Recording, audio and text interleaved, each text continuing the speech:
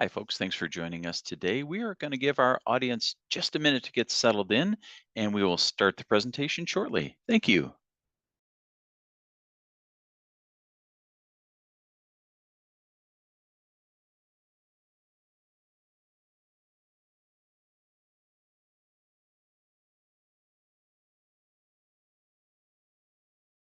Hello, everyone. We appreciate you being with us today for today's Safety and Health Magazine webcast. We'll start the presentation shortly. We just want to let all of our audience members get in and get comfortable. Thank you.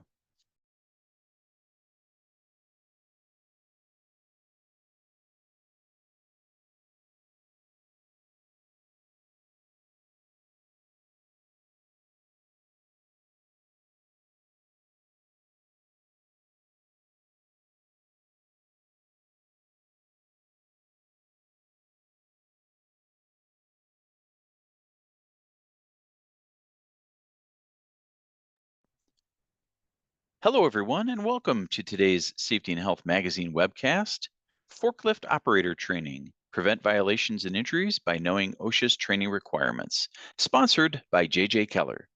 My name is Barry Botino. I'm an associate editor at Safety and Health and a co-host of the On the Safe Side podcast. I'll be serving as the moderator for today's event. Before we get started, I have a few housekeeping items to share with you all. As a disclaimer, the views of today's speakers and organization are their own and do not necessarily reflect those of the National Safety Council or Safety and Health Magazine. Any mention of a commercial enterprise, product, or publication does not mean the council or the magazine endorses those items. At the conclusion of today's event, we'll conduct a Q&A with our speakers. If you have a question, just click the Q&A button located at the bottom of the screen, type in your question, and press the send button. You can submit those questions at any time during today's event. After this presentation, you'll also be asked to complete a brief evaluation survey, but I'll tell you more about that a little bit later. This webcast will be archived. If you want to view this presentation or any of our past webcasts, please go to safetyandhealthmagazine.com/events. Now let's introduce our speakers. Joining us today are Robin Marth and Gina Godine, who are both editors on JJ Keller's EHS content team. Robin is an experienced EHS specialist who researches and creates content for several JJ Keller publications. Robin's areas of expertise include workplace safety administration, ergonomics, environmental management, and motor vehicle and fleet safety. Gina has 10 years of hands-on experience as a safety manager in the construction, mining, and manufacturing industries. She frequently writes about topics such as lockout tagout, personal protective equipment, confined spaces, and working from height. Again, we thank you all for tuning into this presentation today. Robin, whenever you're ready, please take it away. All right. Thank you very so much. Today's webcast is sponsored by JJ Keller Training. To get started, JJ Keller Training Solutions cover a broad range of topics and are available in a variety of formats, training on demand, DVD, streaming video, video books to help you meet your needs. Backed by regulatory experts and using the latest techniques and technology, our training solutions give your employees the proper instruction they need. So on behalf of our sponsor, we thank you so much for joining us today. Today is going to be forklift training, particularly as it relates to general industry. Now, OSHA has a very comprehensive standard at 1910.178, which is one of the better written OSHA standards in our opinion. Now, we're certainly going to spend some time on the OSHA training requirements as obviously those need to be met. But we'll also branch out a bit and try to shed some light on a few issues that either the OSHA requirements don't address or else they don't address in any great detail. We'll also cover topics like training the operator on forklift inspections, operating in designated areas, speed limits, operating on ramps and inclines, unloading trailers, and unattended forklifts. We thought it would be fun to include some audience interaction today as well, where we'll ask some hopefully engaging questions to get to know your unique situation. So be on the lookout for those. Also keep in mind, we will leave time at the end of our presentation to answer as many of your questions as possible. Keep in mind, though, that we may not get to all of them, but we do strongly encourage you to submit your questions through the Q&A box as they come to mind throughout the webcast. All right, so to get started, we're curious, just how many forklifts do you have at your facility right now? Now, you can make your selection by using the chat feature, not the Q&A, but the chat feature on your screen.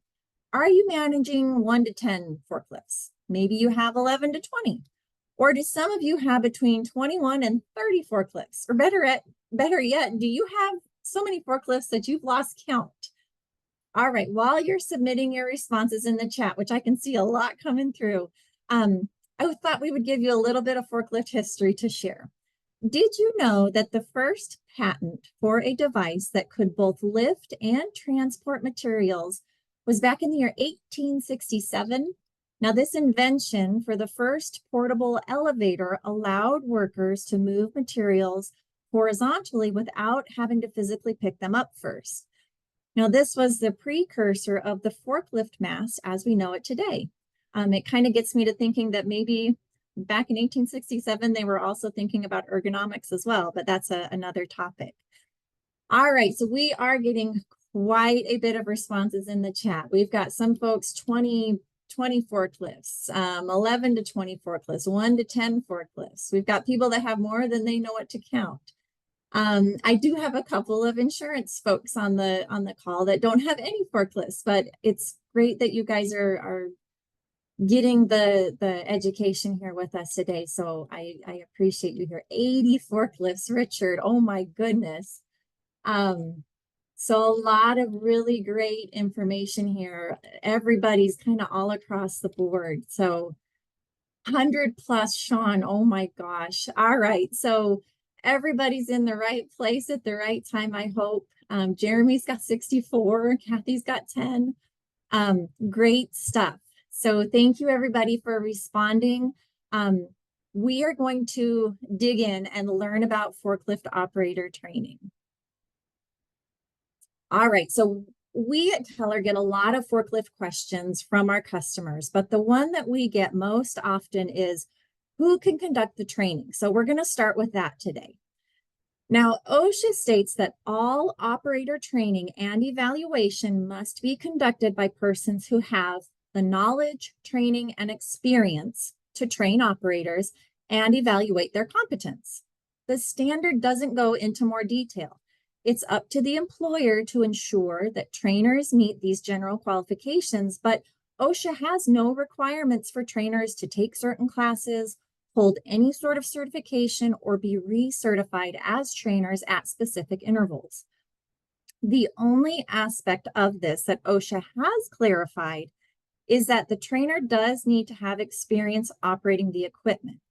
Now, there was an OSHA letter of interpretation dated back in July 23rd of 2003 that says that the trainer will only have sufficient experience if he or she has the practical skills and judgment to be able to themselves operate the equipment.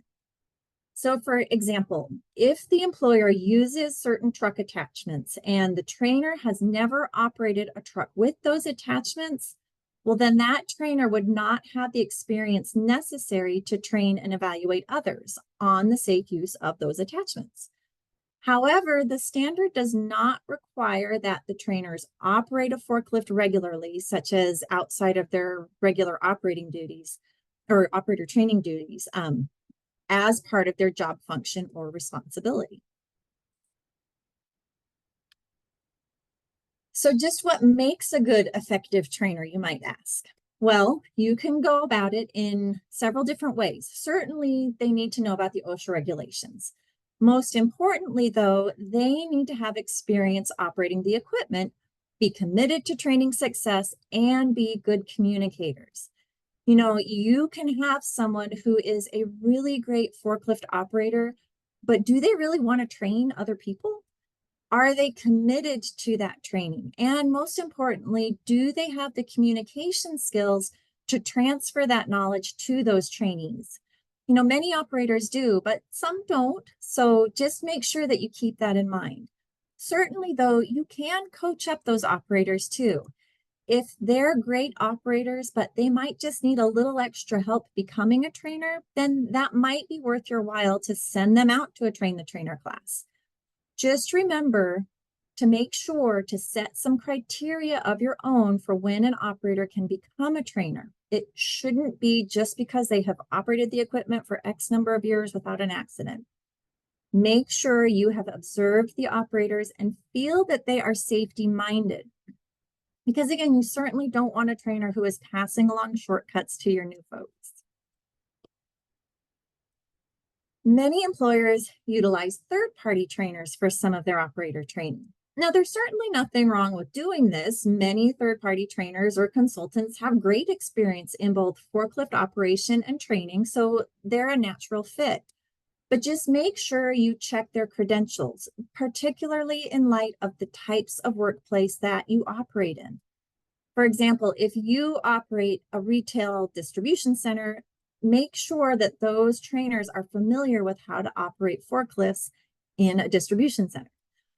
Also, it's usually best if you bring in a third party to do the training at your facility. And there's several reasons for this. Not the least is that they can train on your equipment and in your unique operations where the operators will ultimately be operating anyways. Now, if you send your operators out to a class or an offsite training center, then just keep in mind that you still have to evaluate them in your workplace.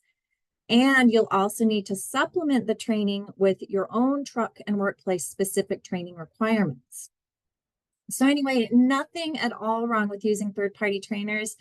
Just be aware that it may not totally relieve you of your training duties. And now Gina is going to talk about the initial training requirements.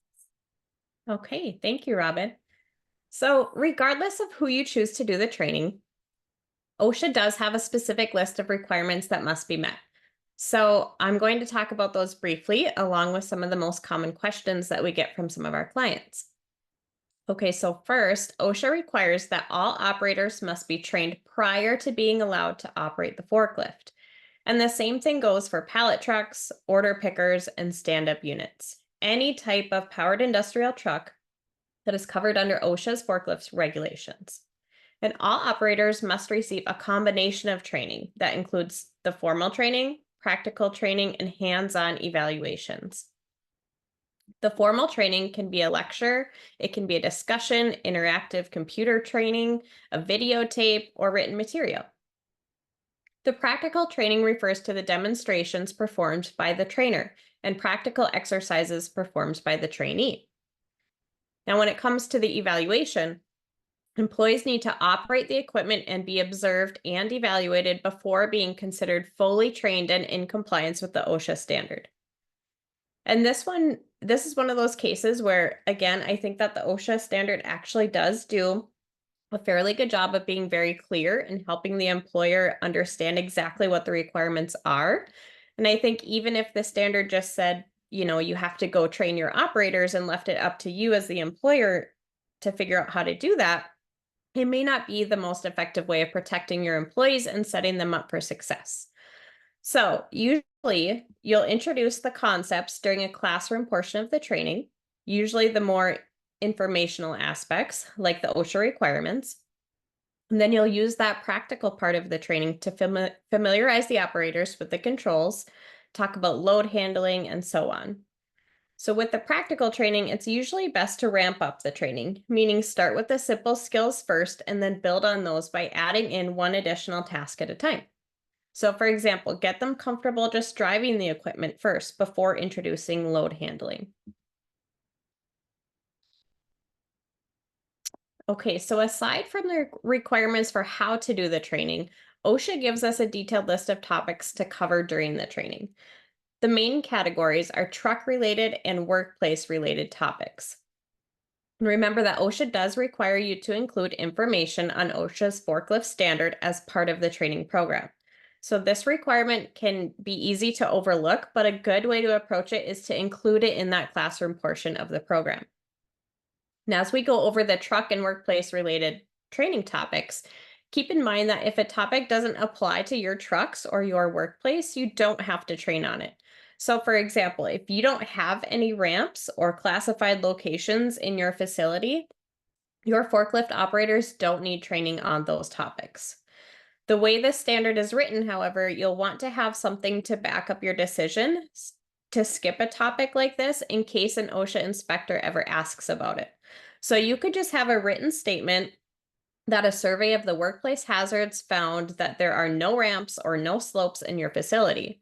Then you would sign, date, and file the statement just in case you need it. So of course, if your work environment changes, you want to conduct an updated survey so that you can keep the training program up to date. But with that, we're going to pause for a moment and see if we can answer some questions that have been coming in. But before we do that, I do want to touch base on our event sponsor, JJ Keller Training. So effective safety training not only helps with regulatory compliance, but with the right tools and training content, it can reduce accidents, lower your worker compensation costs, and even improve employee engagement and retention. Whatever your company needs, JJ Keller Training can help with 24/7 access to hundreds of online courses and streaming video training across multiple industries. With our user-friendly options, training has never been easier.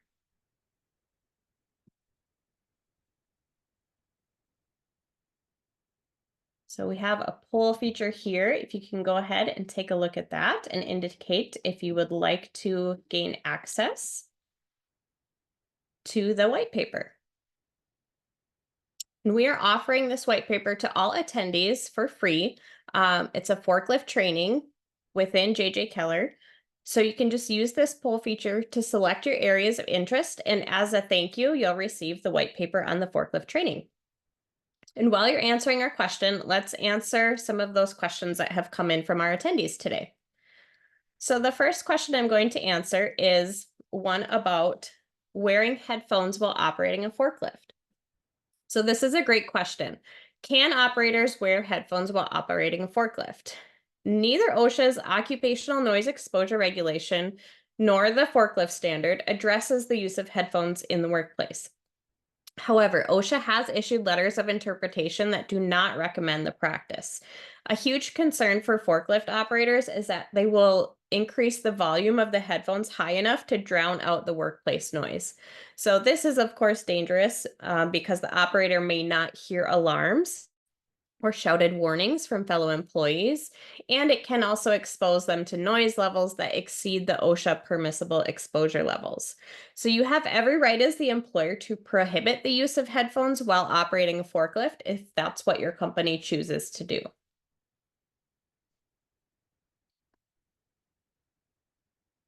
Okay, so moving on, the truck-related topics that OSHA requires you to cover are shown on the next two slides. We're not going to discuss each of these topics, but we did want to list them out for you. Much of this information can be found in the truck's operating manual, and OSHA expects forklift operators to have training on the information within that manual. So when you take a close look at these topics, they do make sense. Everything on the list is something that a forklift operator needs to know. For example, providing instruction on the differences between a forklift and an automobile is a good idea because operating a forklift feels completely different than driving a car. So new forklift operators are used to driving cars, and their initial expectations will be that operating a forklift is just like driving, right? But it is entirely different. So same thing with visibility. Even in an unloaded forklift has blind spots, and the operator wouldn't necessarily know this right off the bat. Okay, so here's the rest of the list, and you'll notice that you have to train on capacity and stability, including the stability triangle. And if you've ever trained on it, you know that it can be very tricky. So we recommend to utilize the capacity plates as a good way to introduce this topic and work backward. So just remember to let your trainees know that the forklift capacity is calculated under ideal conditions using a standard load center. So unless every load that they pick up is perfectly centered and perfectly shaped, then the actual capacity will be reduced. The forklift data plate will have the load center information listed on it. And a lot of these truck-related topics lend themselves to the practical part of the training program, and it's easier to demonstrate how the controls work than it is to describe them in a lecture. But you still want to introduce these topics during classroom instruction where it's easier to have discussions and answer questions. Consider using photos of your trucks or diagrams from the operator's manual to give the trainees a solid foundation of information before they work with the truck. Okay, and so this slide shows the workplace specific topics. This information is unique to your facility, so it won't be in videos and other training products that you may find. Training videos and other materials are valuable additions to your training program, and employees will learn a lot from them. But as you use training materials, be sure to add the workplace specific information your operators must have to navigate safely in your specific workplace. So, for example, what types of surfaces will your employees operate on? Will it be waxed floors, gravel, ramps? All of that needs to be covered in training. And now I'm going to pass it back to Robin to talk about operator evaluations. Excellent. All right. Thank you, Gina, so much. So, okay, let's discuss evaluating an operator, which is a topic we get a lot of questions on as well. We talked about how the trainees must successfully complete the formal and the practical instruction, but how you determine success is up to you as the employer. So for the classroom portion, you could give a written exam or an oral test or otherwise evaluate your trainee's knowledge. For the practical training, that trainee must be able to safely perform all the operations used on the job. Now, OSHA does require the performance evaluation. So to do that, you need to observe them operating pretty much all of their primary tasks. Things like loading and stacking, refueling, tiering, using attachments, the inspection process, traveling, entering trailers, things like that. For the initial evaluation, you're going to want to make sure this is done in a safe place, obviously, and under very close supervision. For the 3-year evaluation, it should be done as the operator is performing the regular duties. And really about a point about this, the evaluation shouldn't be considered complete until you have observed that operator performing safely all of their primary tasks, because that's the whole point of this, right? So depending on what types of tasks the operators perform, this could take an hour, it could take a day, it might be performed over the course of several days at different times. Just keep that in mind. Finally, once the employer evaluates and certifies the operator, they are ready to get to work. There's no probationary period. So how do you prove you've done all of this required training? Well, that proof is the certification that is required by OSHA at 1910.178L6. So what does that certification consist of? This simply means placing a record on file that includes the name of the operator, the date of the training, the date of the evaluation, and the identity of the person or persons that performed the training or the evaluation. It does not mean that employers must issue an employee a license or a wallet card, though many employers choose to do that. And I get that question a lot. The wallet cards do help your supervisors out. That way they can quickly determine what equipment employees have been trained on. It also reinforces to operators just how critical forklift operation is. It's kind of like, you can't operate this piece of equipment without a license. That says a lot.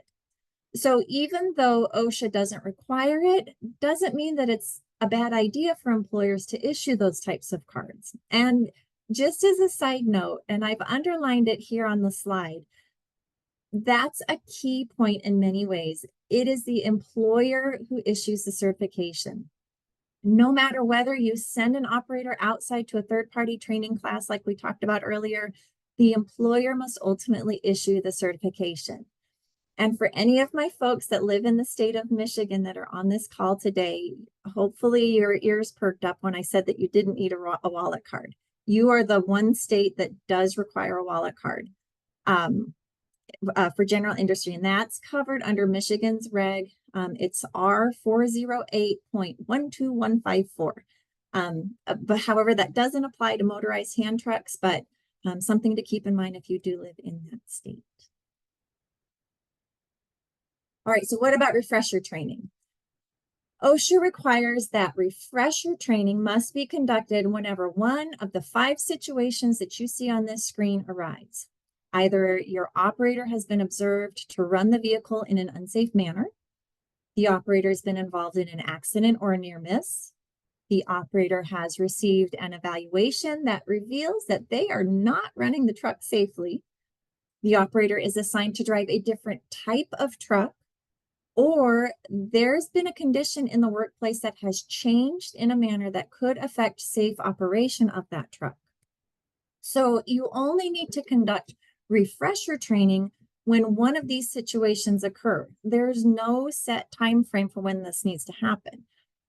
Again, these make sense, but I would caution you on the first 2 bullet points. Training may not always be the answer to these situations or issues. For example, if you have an operator who the supervisor writes up for continually speeding, is training really going to be the answer? Probably not. I mean, maybe the first time, but after that, clearly training is not working. So you need to try to find the root cause. Is that operator under too tight a deadline and they're being pressured to rush? If that's it, then you need to look at your policies and what may be going on there. If that's not the case and it's just the operator ignoring safety rules, then perhaps you have an issue with your supervisory discipline program, or maybe that person shouldn't be a forklift operator.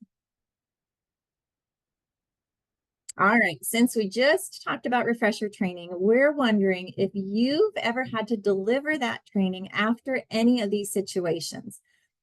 Again, it could be an accident or a near miss, an observation of unsafe behavior, an evaluation that uncovered problems, or maybe you've had 2 or more of these situations occur.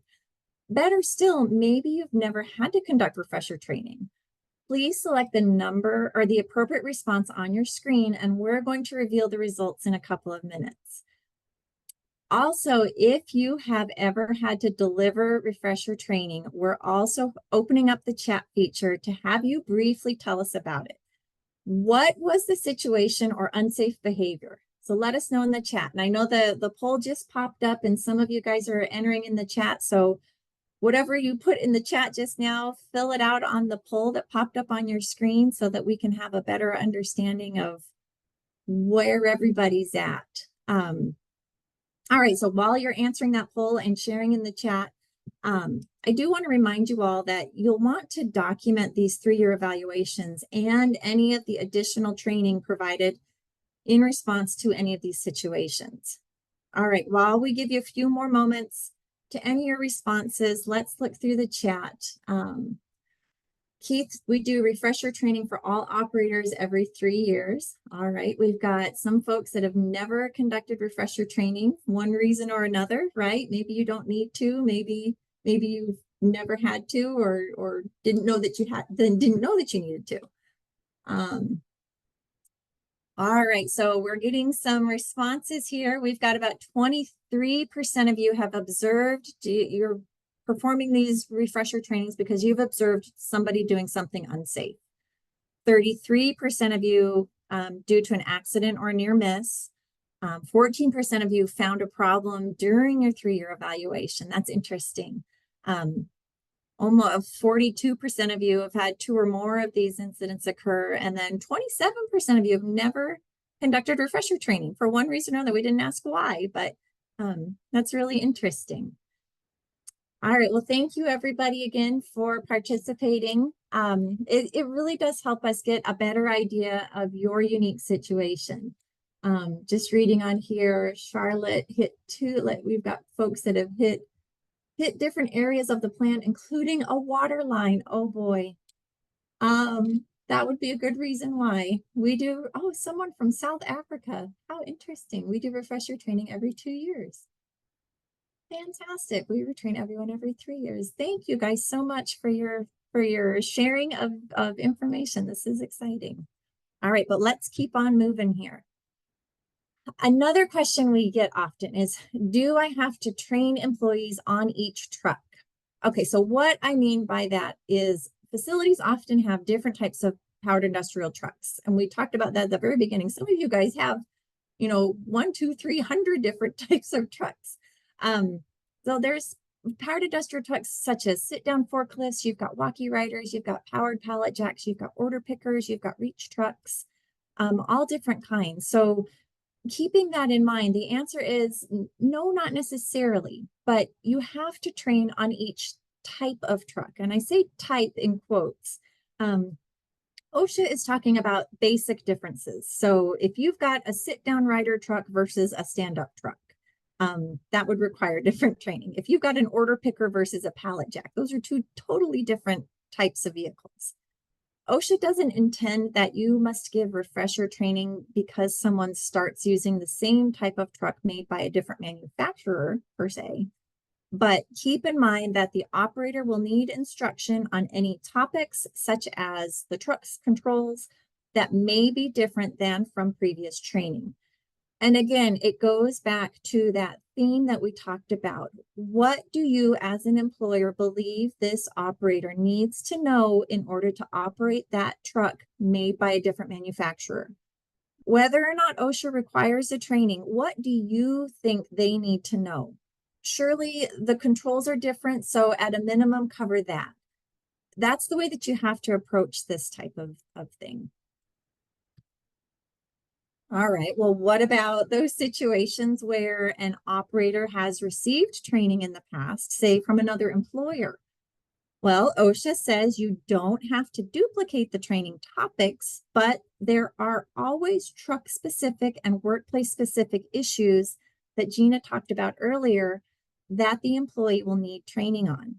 In addition, regardless of training background, OSHA requires that each employer evaluate each operator prior to allowing them to drive in your workplace. Again, here, how much do you trust the previous employer's training program? You have to evaluate that new operator, see if they're comfortable with the equipment, if they're safety minded, and so on. One area that can often go overlooked in your training program is discussion on pedestrians. Anyone who will be in an area where forklifts operate should have some training on how to interact with that equipment. Everyone should know what the facility's policy on right-of-way traffic is. If you were to go interview 5 of your forklift operators right now and 5 pedestrians, non-forklift operators, they should all tell you the exact same thing regarding your company's right-of-way policy. And with that, we are going to switch gears, and Gina is going to talk about inspections. Okay, thank you.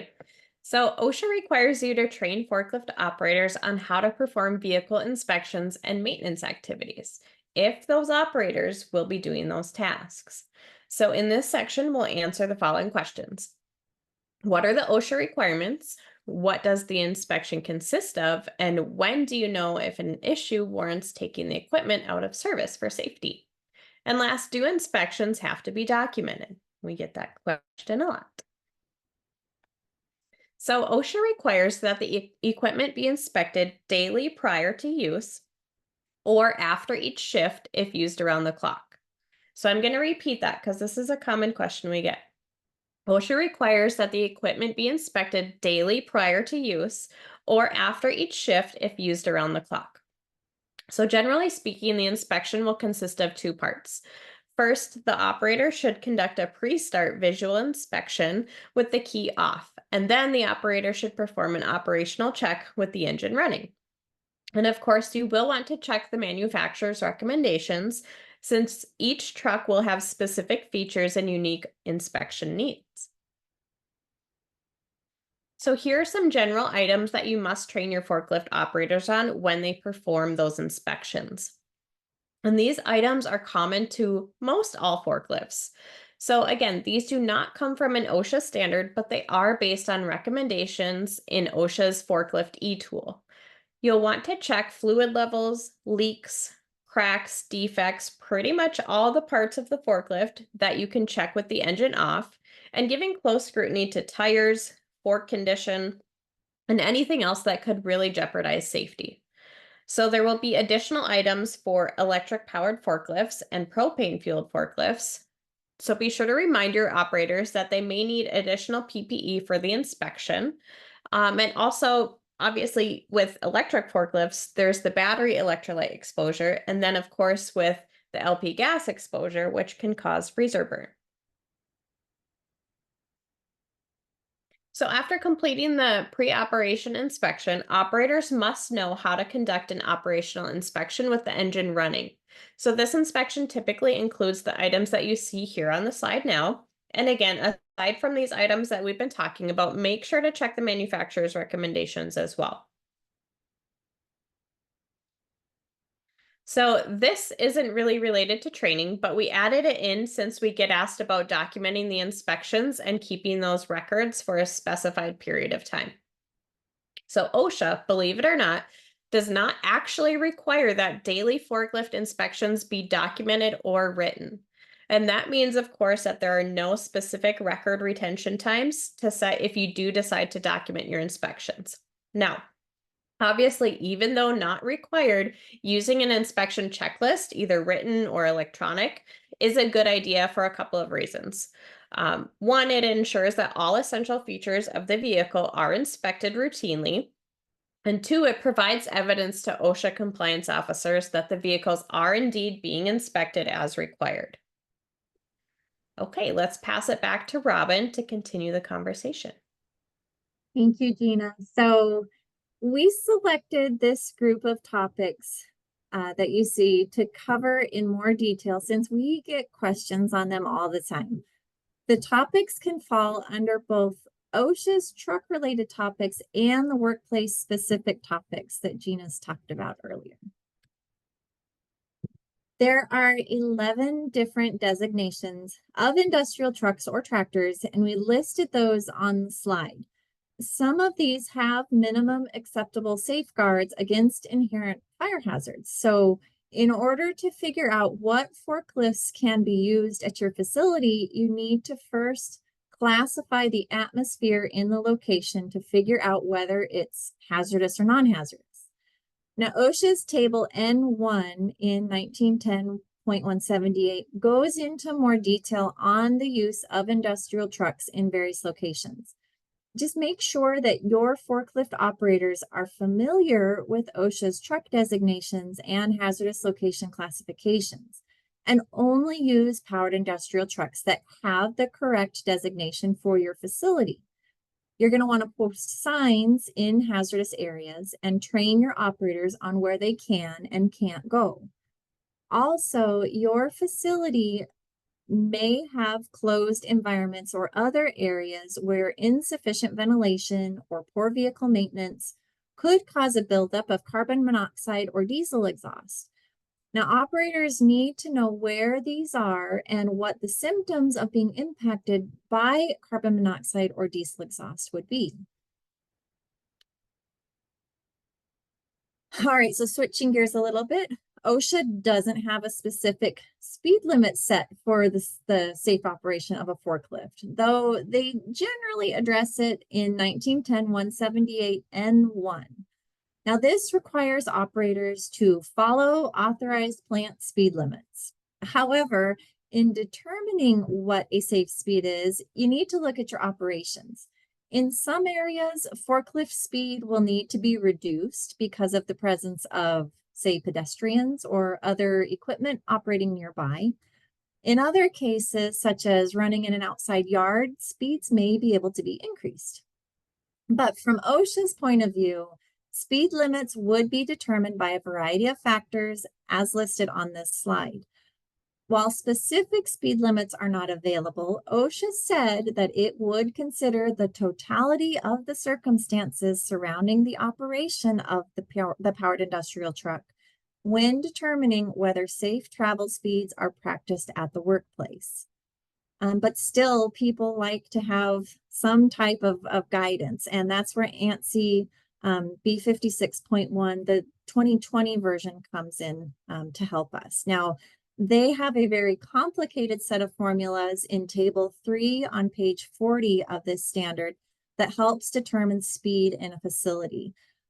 You can go on the ITSDF website and you'll have to enter in a username or create a username and password, but you'll have free access to B56.1. And you'll be able to go to page 40 and look at Table 3 to determine their formula for speed. But whatever you determine the safe speed limits at your facility, that decision needs to be communicated to your operators and enforced by your management. All right, so moving on from speed limits, we want to talk about operating on ramps and inclines.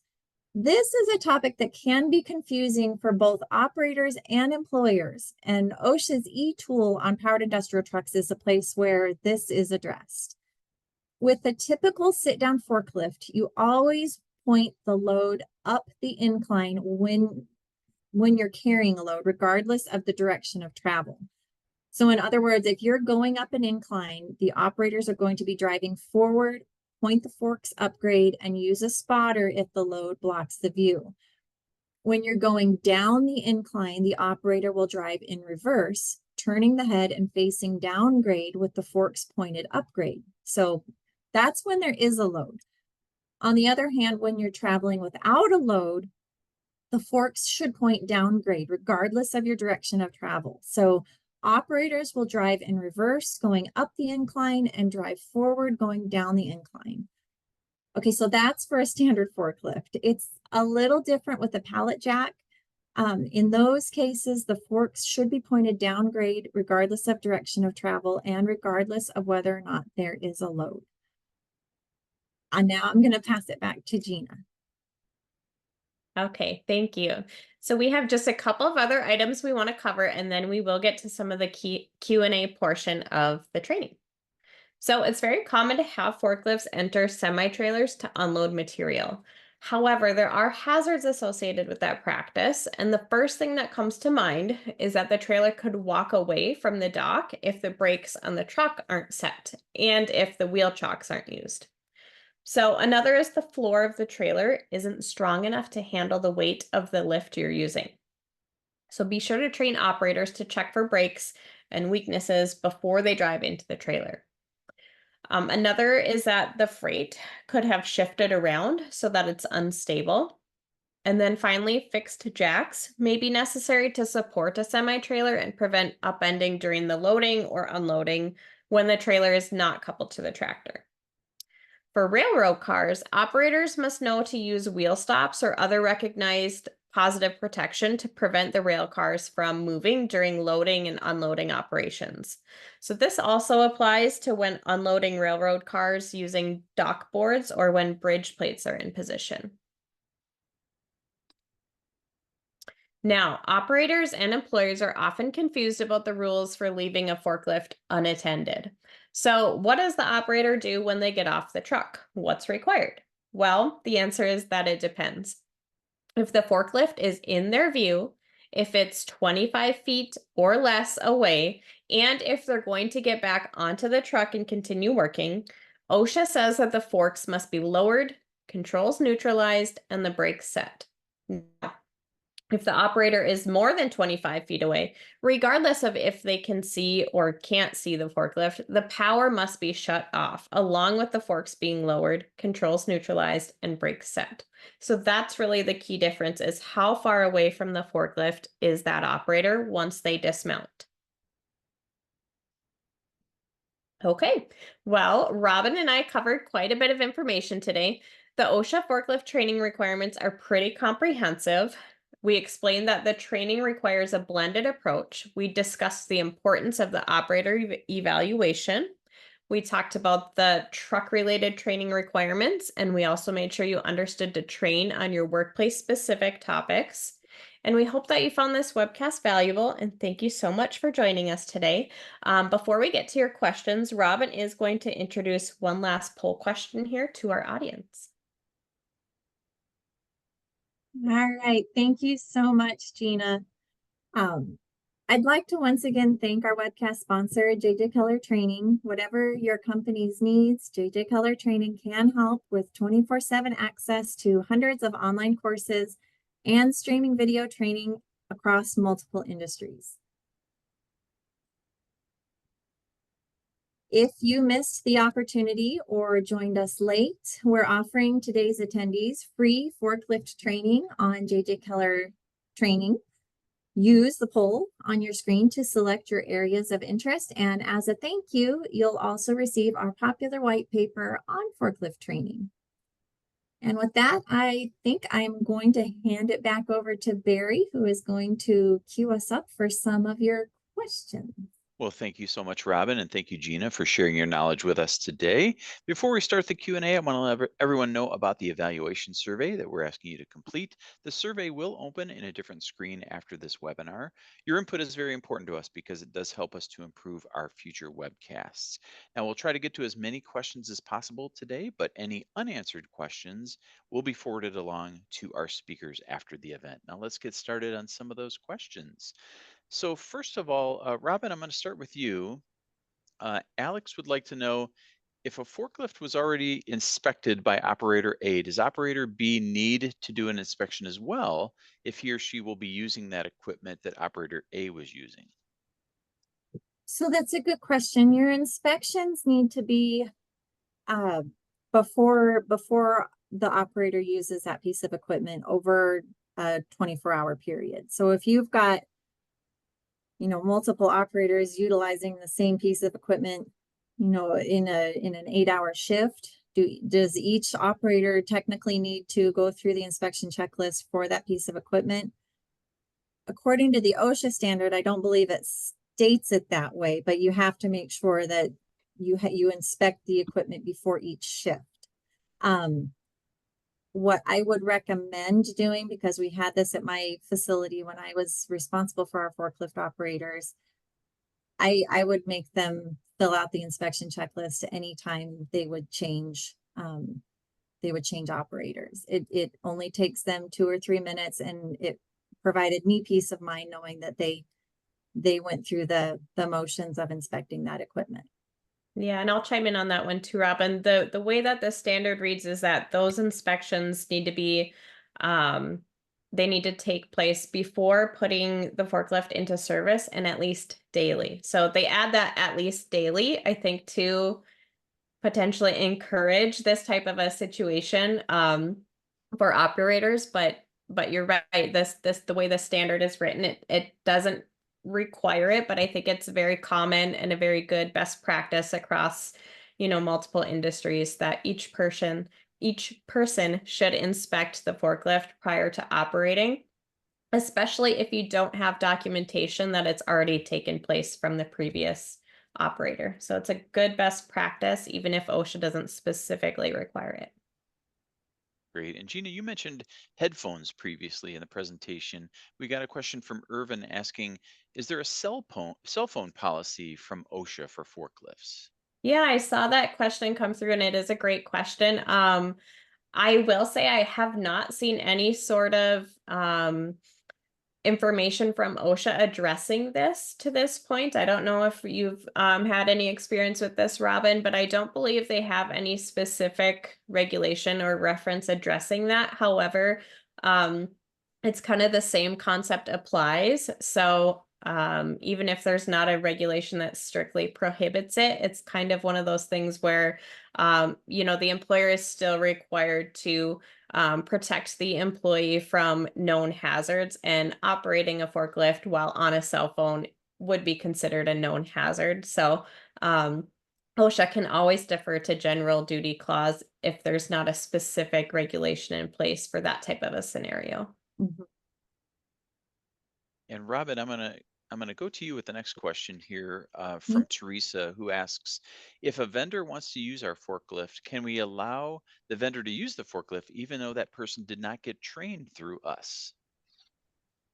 So you've got to remember with your forklift training, you as the employer need to evaluate that operator on your work site before you can allow them to be free to do the work. So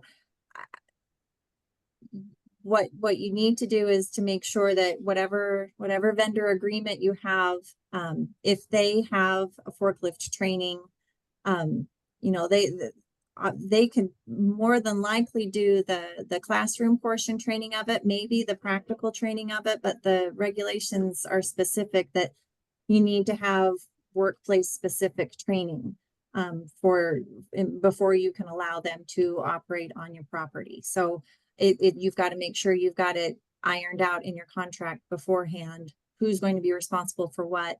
And that goes along with the work site evaluation. Great. Gina, you'd mentioned training before, and I wanted to send a training question your way. Paul wants to know, is formal training necessary for each type of powered industrial truck, or can we just do a practical training and evaluation? Yeah, so if you have multiple different types of forklifts that your operators are expected to use, again, they do need to be trained on each one of those forklifts.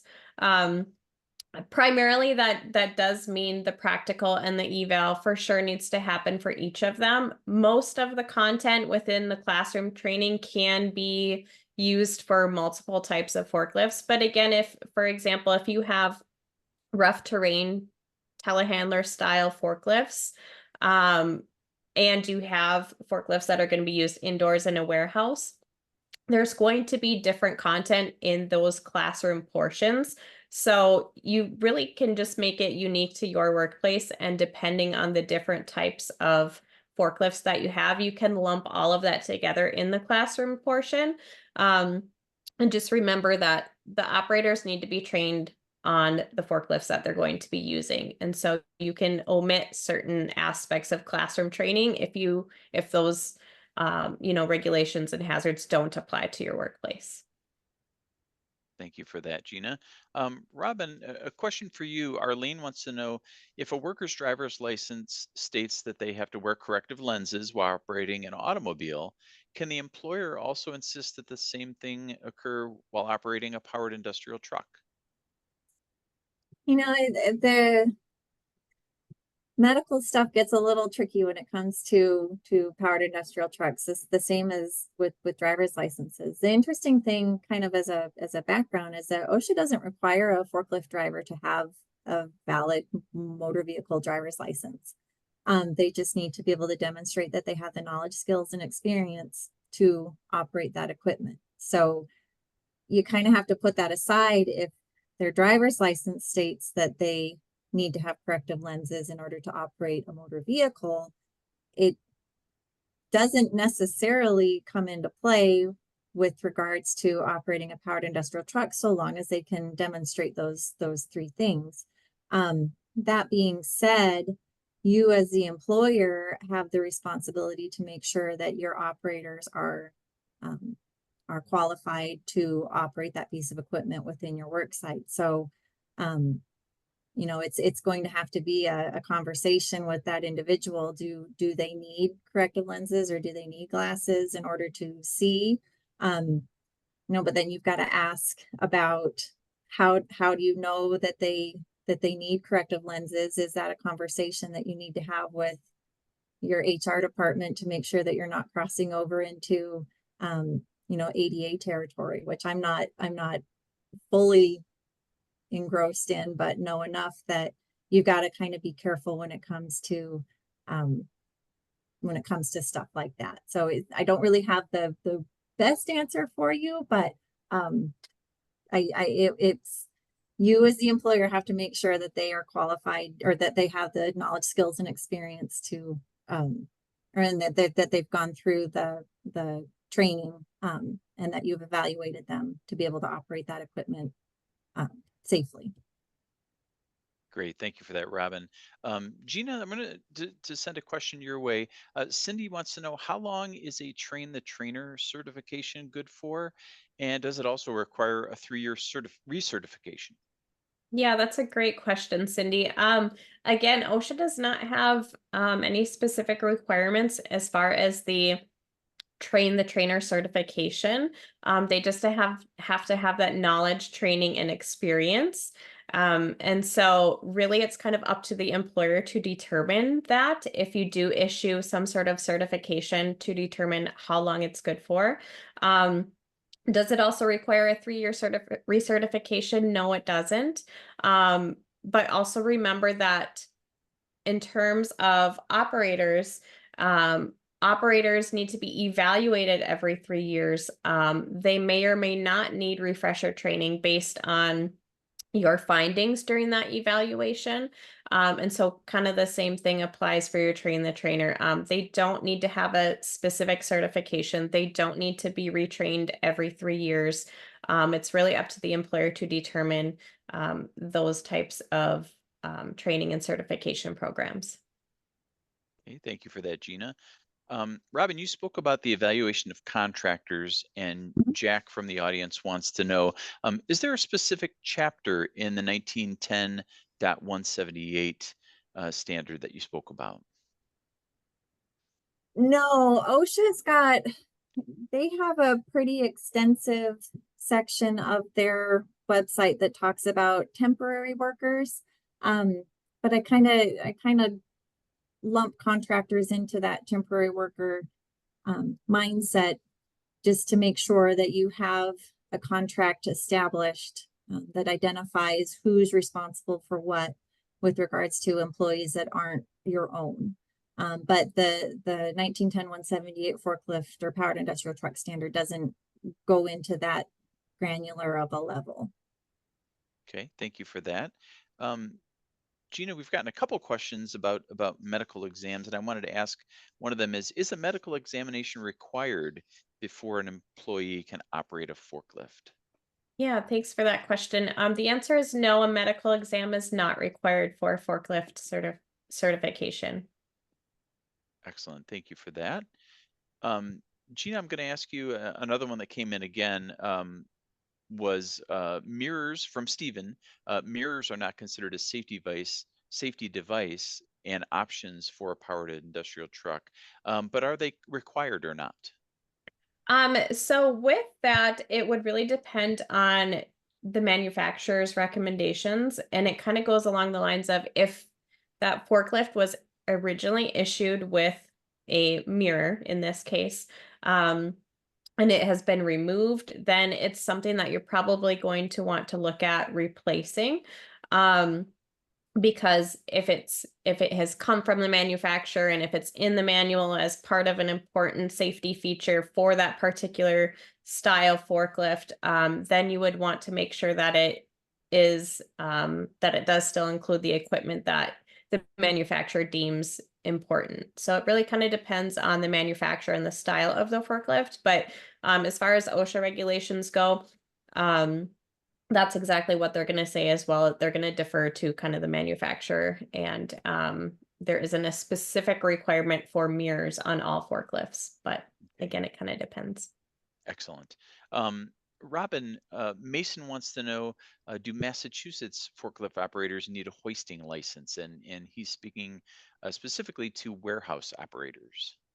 Yeah, I saw this question come across, and Mason, I'll apologize in advance because I don't have the regulations directly in front of me, but off of memory, I know that in the state of Massachusetts, which is different, forklifts are considered class D as in David. That you need a class D hoisting license in order to operate a forklift in that state. However, what I wish I had in front of me are there are some exceptions. And because you made the comment or that you referenced regular warehouse operators, I know that's part of one of their exceptions. You've got to double check to make sure. I believe the exception comes into play when you have somebody in a supervisory position that is on site at all times that those forklifts are in operation. Then those operators don't necessarily need that class D hoisting license. But before you make a decision on whether or not to go and get it, I would want to double check to make sure. But I do know the state of Massachusetts is a little wonky with that hoisting license. Thank you for that, Robin. Mhm. We've got time for one last question today before we wrap up. And Gina, I'm going to come to you on this one. Jacinia asks, is there a best practice to document workplace specific training and evaluation? Yeah, so there's a couple of options there. So you can always defer back to maintaining paper records. Once you complete the forklift operator training, you just have to make sure that you obtain those records in some fashion. So you can do the old fashioned paper records. You can keep track in some sort of like Excel spreadsheet for an electronic file. There's definitely options out there as far as platforms and softwares that you can use to kind of keep your organization of record keeping. So there's a lot of different options. There is no specific requirement that's from OSHA as far as how you need to do that. So a lot of options available. It just kind of depends on what works best for you. Excellent. Well, folks, unfortunately, we've run out of time today. We thank you all so much for attending this presentation, and we'd appreciate you taking the time to share your feedback via our survey. A special thank you goes out today to our terrific presenters, Robin Marth and Gina Godin, and of course, everyone from our sponsor at JJ Keller. This ends today's Safety and Health Magazine webcast. Take care, everyone, and have a safe day.